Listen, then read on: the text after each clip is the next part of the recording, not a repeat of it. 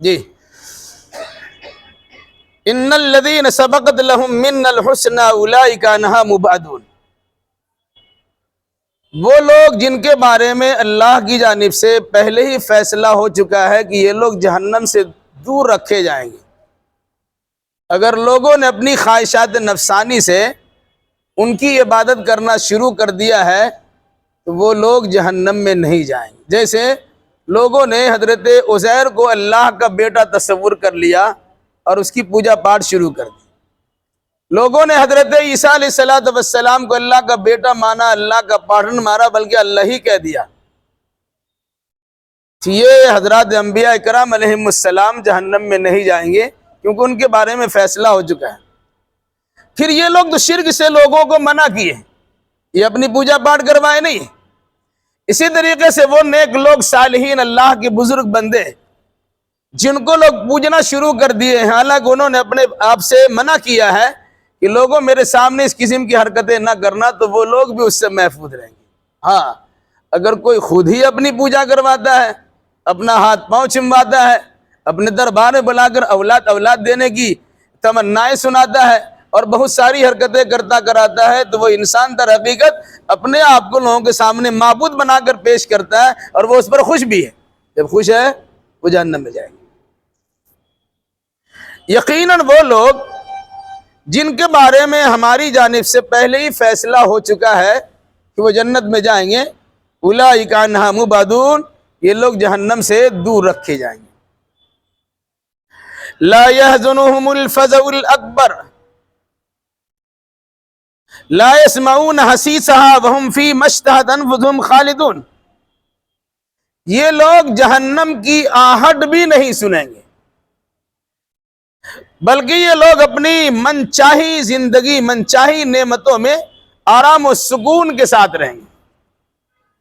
اس سے پہلے بات آ چکی ہے کہ جو انسان نیک عمل کرتا ہے حالت اسلام و ایمان میں، ایمان اور اسلام رکھنے کے ساتھ اچھا عمل کرتا ہے، ایسے انسان کو جنت میں ڈالا جائے گا۔ یہ لوگ جہنم سے دور رہیں گے۔ جب جہنم سے دور رہیں گے تو جہنم میں جو چیخ و پکار ہے، جو سزا اور تکلیف ہے، جو عذاب کا برقع ہے یا اس کی جو گرمی ہے، یہ اہل ایمان جو اچھے عمل کرنے والے، جو جنت میں جانے والے ہیں، وہ جہنم کی گرمی بھی محسوس نہیں کریں گے، جہنم کی چیخ و پکار کو بھی نہیں سنیں گے۔ اسی کو فرمایا لا يسمعون حسیسها، وہ جہنم کی آواز اور اس کی آہٹ کو بھی نہیں سنیں گے۔ اولئک وهم فیما اشتہت انفسهم خالدون، بلکہ یہ لوگ جنت میں رہیں گے اور جیسی طبیعت چاہے گی ایسی نعمتوں میں رہیں گے، جس طرح کی چیزیں کھانا چاہیں گے، پسند کریں گے، جہاں جانا چاہیں گے، رہنا چاہیں گے، ملنا چاہیں گے، وہ ساری تمنا ان کی پوری ہوگی اور انہی نعمتوں کے سہارے وہ زندہ رہیں گے اور ہمیشہ جنت میں رہیں گے۔ لا يحزنهم الفزع الاکبر، ان کو بڑی گھبراہٹ سے بھی کوئی تکلیف نہیں ہوگی، یہ بڑی گھبراہٹ بھی انہیں مغموم نہیں کر سکے گی۔ مطلب قیامت کا جو زلزلہ آئے گا اس سے بھی وہ محفوظ رہیں گے۔ موت کے وقت میں جو پریشانی آتی ہے، ملک الموت جس طرح روح نکالتے اس کی پریشانی سے بھی محفوظ رہیں گے۔ اور سب سے اہم بات یہ ہے کہ کل میدان محشر میں جو لوگ اللہ کی بارگاہ میں کھڑا ہوں گے، عالم حشر سے دوچار ہوں گے اور بارگاہ الہی میں حاضر ہوں گے، تو وہاں ان کو کوئی خوف نہیں ہوگا، حالانکہ اکثر و بیشتر لوگ حیران و پریشان ہوں گے۔ لیکن چاہے شروع مرحلے میں پریشانی لاحق ہو، لیکن اخیر میں ایسے لوگوں کے ساتھ آرام و سکون کا معاملہ ہوگا، یہ حیران و پریشان نہیں۔ کیوں؟ ان کو معلوم ہے کہ ہم نے اچھے اعمال، اچھے عقیدے کی بنیاد پر کیا ہے اور اللہ تبارک و تعالیٰ اس کے بدلے میں ہمیں جنت عطا کرے گا، اس کی ساری گھبراہٹ دور ہو جائے گی۔ وَتَتَلَقَّاهُمُ الْمَلَائِكَةُ، بلکہ فرشتے ان سے ملاقات کریں گے، ان کا استقبال کریں گے اور کہیں گے هَذَا يَوْمُكُمُ الَّذِي كُنْتُمْ تُوعَدُونَ، یہی وہ تمہارا دن ہے جس کا تم سے وعدہ کیا گیا تھا۔ یعنی خوشی و مسرت کا دن، کامیابی و کامرانی کا دن، سرخروئی کا دن، یہ قیامت کے دن تمہارے لیے ہے کہ دنیا کی جتنی کلفتیں اور تکلیفیں تم نے جھیل لیا، اب تم آخرت میں آ گئے ہو۔ چونکہ دنیا دار العمل تھا، دار المحن تھا، تم نے بہت ساری محنتیں اور بہت سارے اعمال کیے، اس کے نتیجے میں خوشخبری تمہیں سنائی جاتی ہے کہ اب تم میدان محشر میں پہنچے ہو، تمہارا حساب کتاب ہو چکا ہے، تمہیں خوشخبری سنائی جا رہی ہے کہ تم جنت میں آرام و سکون کے ساتھ رہو۔ تو جس دن کا تم سے وعدہ کیا جا رہا تھا وہ یہی دن ہے، یعنی آخرت کا دن ہے۔ یہاں امن نہیں ہے بلکہ عمل کا بدلہ ہے۔ دنیا میں جو محنت و مجاہدہ تم نے کیا ہے، مشقت و پریشانی جھیلی ہے، اس کے بدلے کے طور پر تمہیں دنیا کے مقابلے میں اب آخرت میں کامیابی مل رہی ہے، اور جاؤ آرام سے جنت میں رہو اور مزے ہوگا۔ یوم نطوی السماء کطی السجل للکتب کما بدأنا اول خلق نعیدہ وعدا علینا انا کنا فاعلین۔ اس سے پہلے بارہ یہ بات آ چکی ہے کہ جب قیامت برپا ہوگی تو یہ آسمان و زمین کا نظام درہم برہم ہو جائے گا۔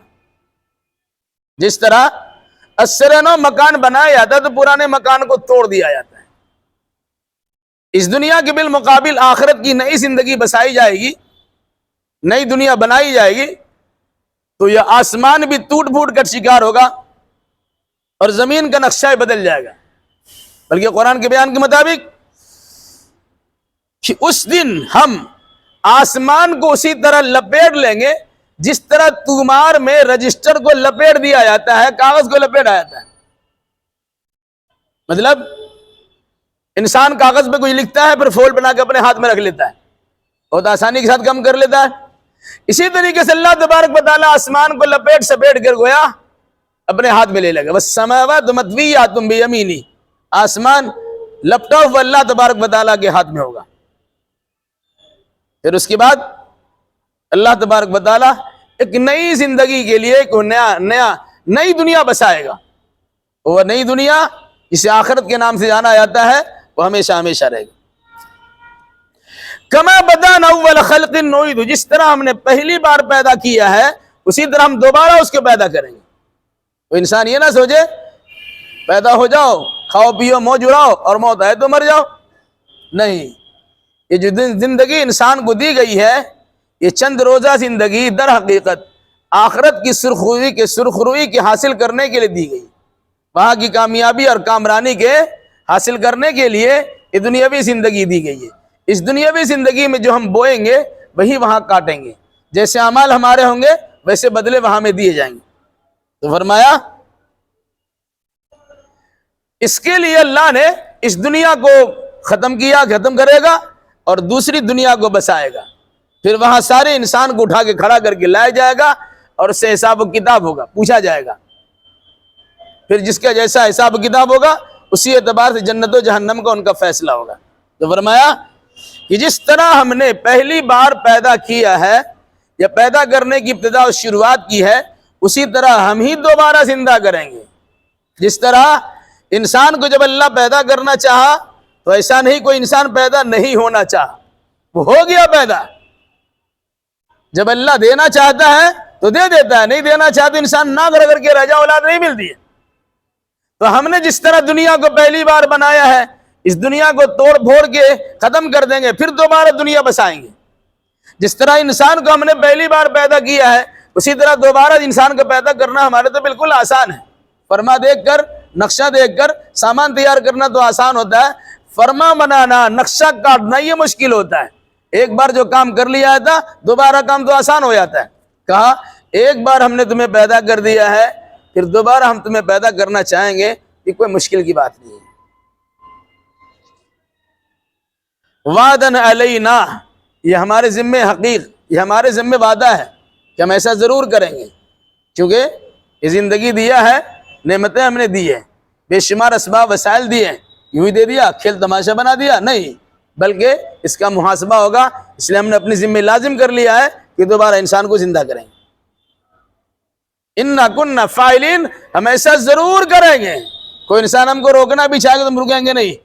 اللہ نے اعلان کر دیا ہے اس دنیا کے ختم ہونے کے بعد دوبارہ آخرت کی دنیا بسائی جائے گی، وہ کام ہم ضرور کریں گے اور سارے لوگ ہماری بارگاہ میں ضرور حاضر ہوں گے۔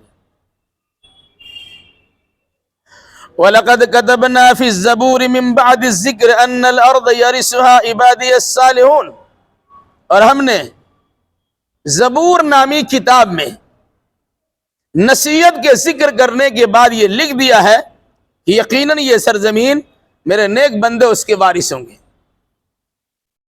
سرزمین سے مراد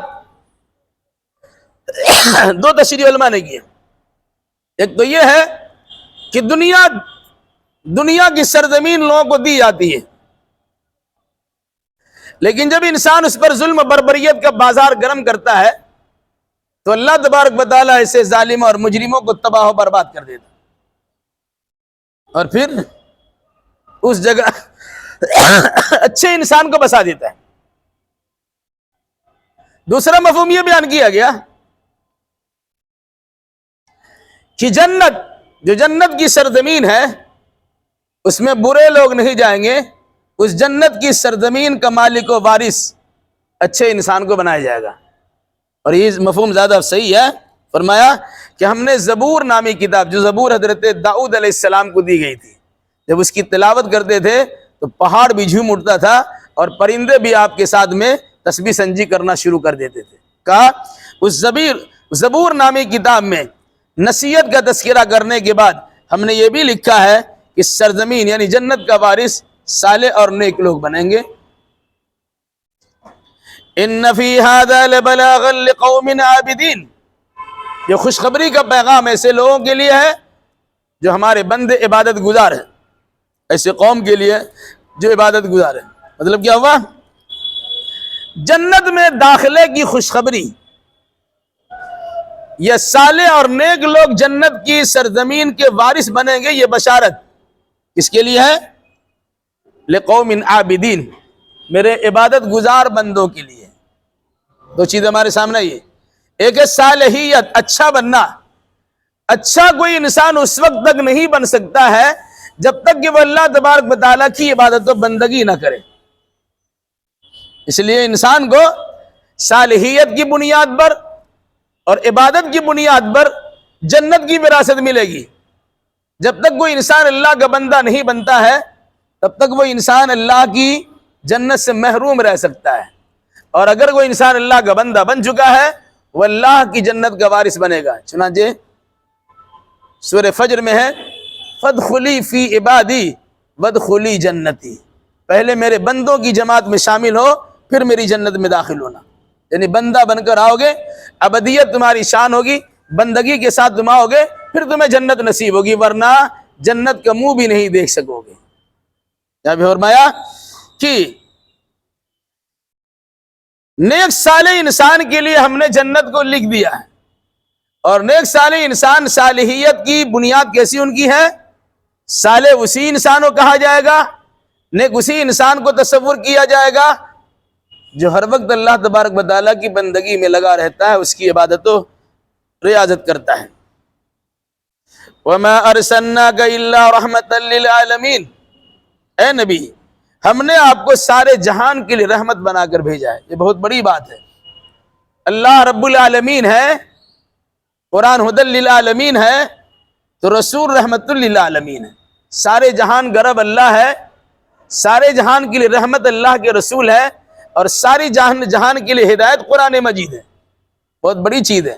فرمایا اے نبی ہم نے آپ کو سارے جہان کے لیے، صرف انسان نہیں، تو فرشتوں کے لیے بھی، جنات کے لیے بھی، انسان کے لیے بھی، نباتات کے لیے بھی، جمادات کے لیے بھی، دنیا میں جتنی مخلوقات پائی جاتی ہیں تمام مخلوق کے لیے اللہ کے نبی صلی اللہ علیہ وسلم رحمت للعالمین رحمت ہے۔ آپ کی رحمت و شفقت کے ساتھ دنیا کے سارے لوگ فیضیابی حاصل کرتے ہیں۔ قل انما یوحی الی انما الہکم الہ واحد فہل انتم مسلمون، اے نبی اس رحمت کا تقاضا یہ ہے کہ دنیا والوں پر رحم و کرم کرتے ہوئے آپ ان کو سنا دیجئے کہ میرے پاس اللہ کی جانب سے وحی آئی ہے، وحی آتی ہے، پیغام آتا ہے، اور اس پیغام کی سب سے پہلی تعلیم یہ ہوتی ہے انما الہکم الہ واحد، کہ سنو تمہارا معبود تو صرف ایک معبود ہے۔ اگر تم اللہ تبارک و تعالیٰ کی رحمت سے فیضیاب ہونا چاہتے ہو تو ایک اللہ کی بندگی کرنے کے لیے تیار ہو جاؤ، اللہ کی رحمت کا سہارا تمہیں مل جائے گا۔ اگر کوئی انسان محمد الرسول اللہ صلی اللہ علیہ وسلم کو رحمت للعالمین ماننے کے لیے تیار ہے تو ایسے انسان کے لیے ضروری ہے کہ وہ اللہ کے ساتھ کسی کو شریک نہ کرے. اس رحمت للعالمین پر نازل ہونے والی وحی اعلان کرتی ہے کہ انما الہکم الہ واحد، سنو کہ تمہارا معبود تو صرف ایک معبود ہے، بندگی صرف ایک اللہ کی تمہیں کرنا ہوگی. هل انتم مسلمون؟ تو تم کچھ بات ماننے کے لیے تیار ہو، اسلام قبول کرنے کے لیے تیار ہو، فرما برداری کرنے کے لیے تیار ہو؟ گویا اگر کوئی انسان اللہ کے رسول کو رحمت للعالمین مانتا ہے اور آپ کی رحمت سے فیضیابی چاہتا ہے تو ایسے انسان کو شرک سے بیدار ہونا چاہیے اور پوری فرما برداری اللہ اس کے رسول کے فرمان میں پیش کر دینی چاہیے کہ ہم پورے طور سے وفادار ہیں اور فرما برداری کرنے کے لیے تیار ہیں. فَإِن تَوَلَّوْا فَقُلْ آذَنْتُكُمْ عَلَىٰ سَوَاءٍ وَإِنْ أَدْرِي أَقَرِيبٌ أَمْ بَعِيدٌ مَا تُوعَدُونَ.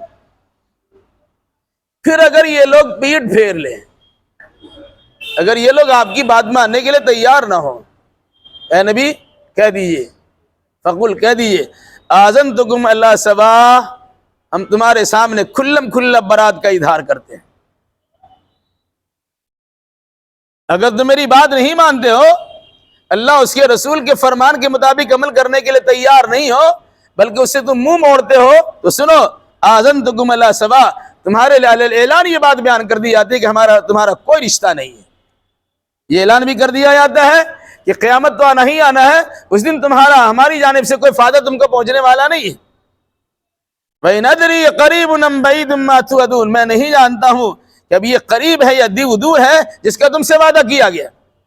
دو باتیں، ایک تو یہ ہے کہ نبیوں کی مخالفت کرنے کے نتیجے میں اللہ کا عذاب آتا ہے. اس عذاب سے میں تمہیں ڈراتا ہوں کھلم کھلا. مجھے معلوم نہیں کہ ابھی جلدی سے عذاب آ جائے گا یا دیر سے عذاب آ جائے گا.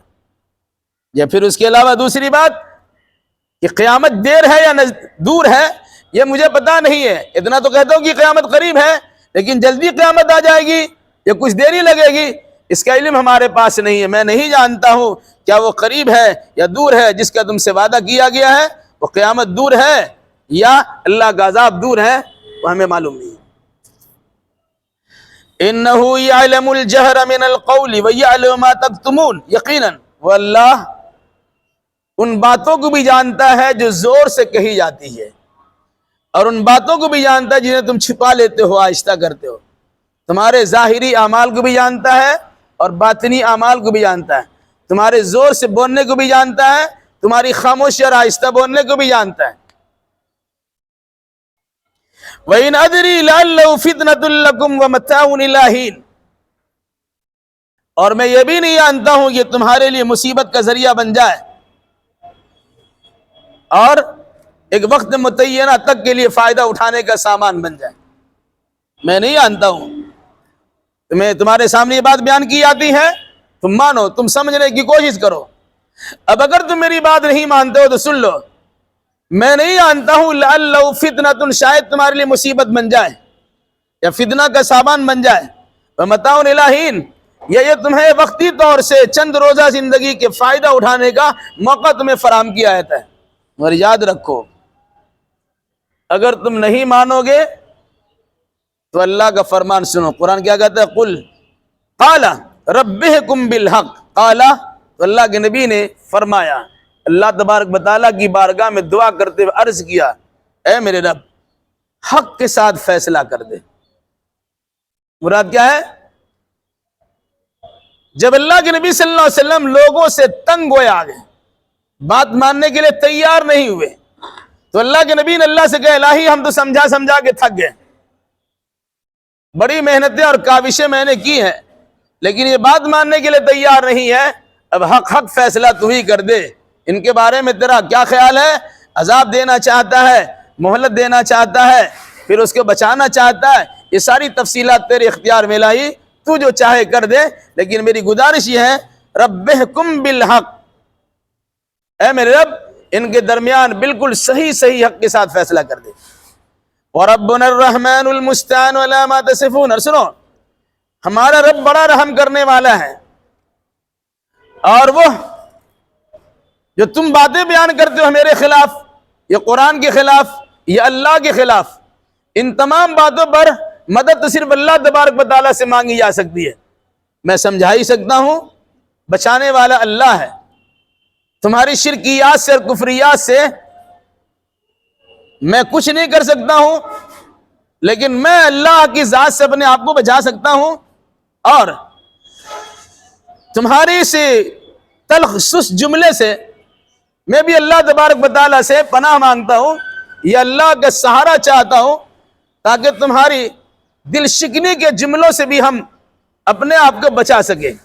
تو گویا واللہ المستعان علی ما تصفون، جو تم باتیں بیان کرتے ہو، صفتیں بیان کرتے ہو اللہ کے بارے میں، رسول اللہ کے بارے میں، قرآن کے بارے میں، اس سلسلے میرا کہنا یہی ہے کہ بس اللہ تبارک و تعالیٰ ہی سے مدد مانگتا ہوں.